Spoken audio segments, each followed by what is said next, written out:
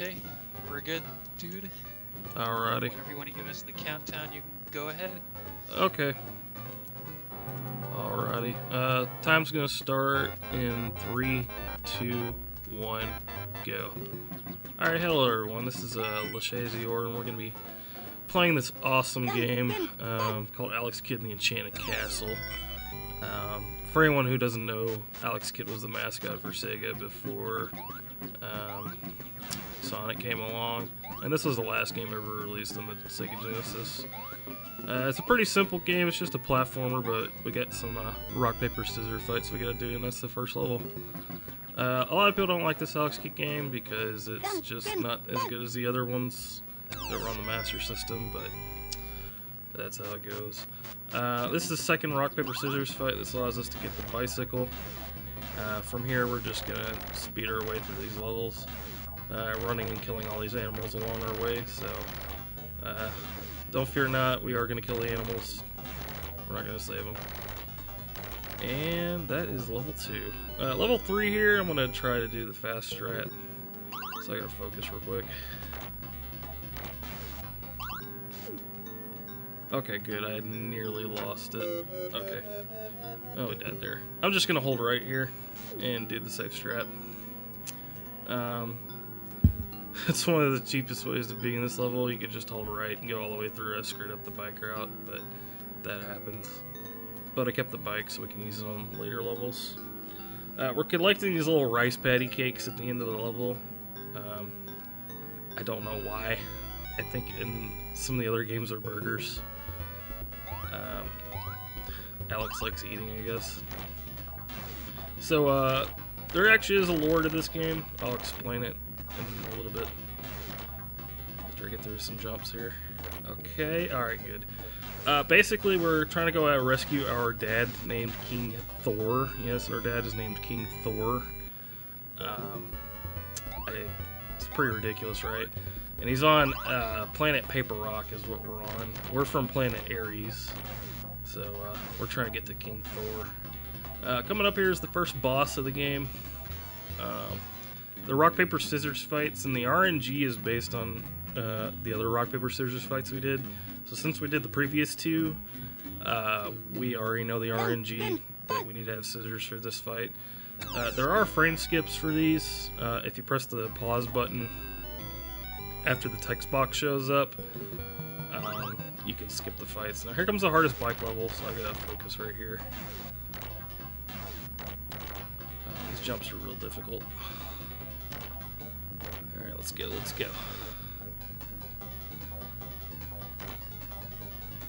Alrighty, that's actually the hardest thing. That deserves a lot of claps.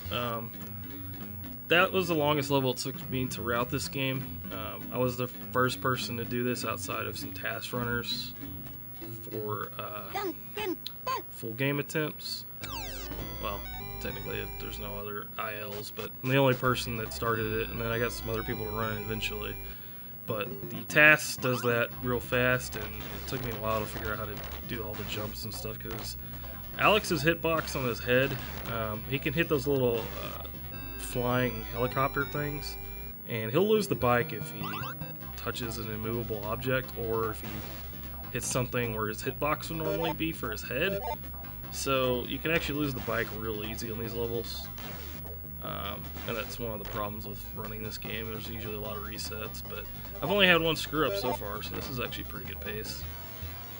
And here's the third Jankin Pond fight. After this, we're gonna go through rock level 2. So this is rock level 1.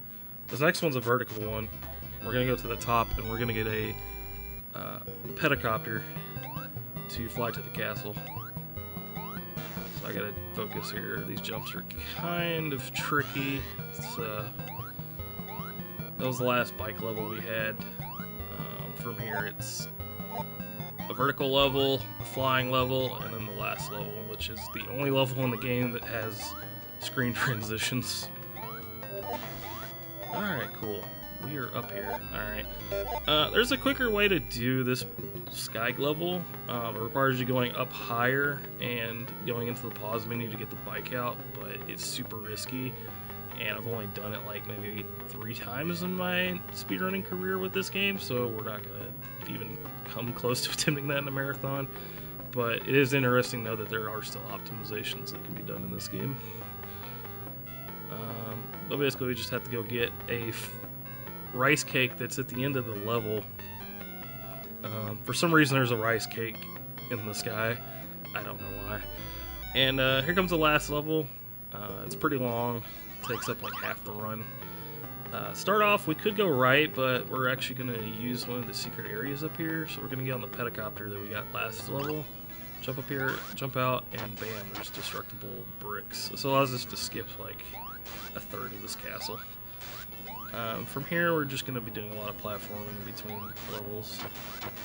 There's not really too much to explain about this game, other than the fact that the controls are just slippery. It's not a tight platformer. That's one of the problems this game has. I make it look easy because I've been playing this game for like 4 years, plus I played it when I was a kid. No pun intended.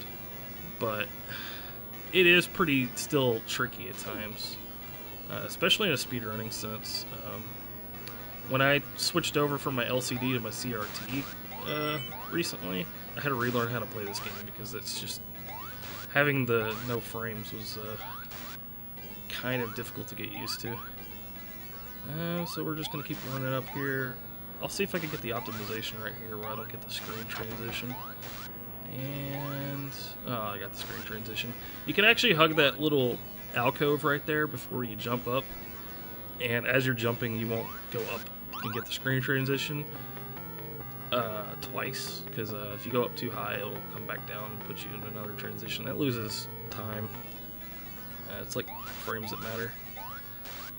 There's a new optimization I found right here.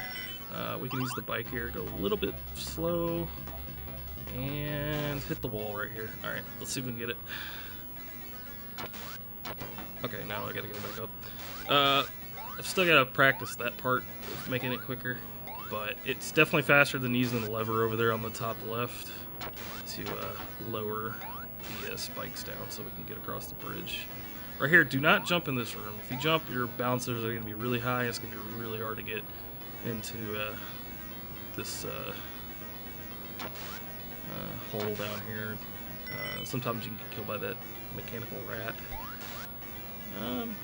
So yeah, this is pretty much just Sky Castle's just running around trying to get to the boss. A lot of the movement, like I said, it's pretty much optimized.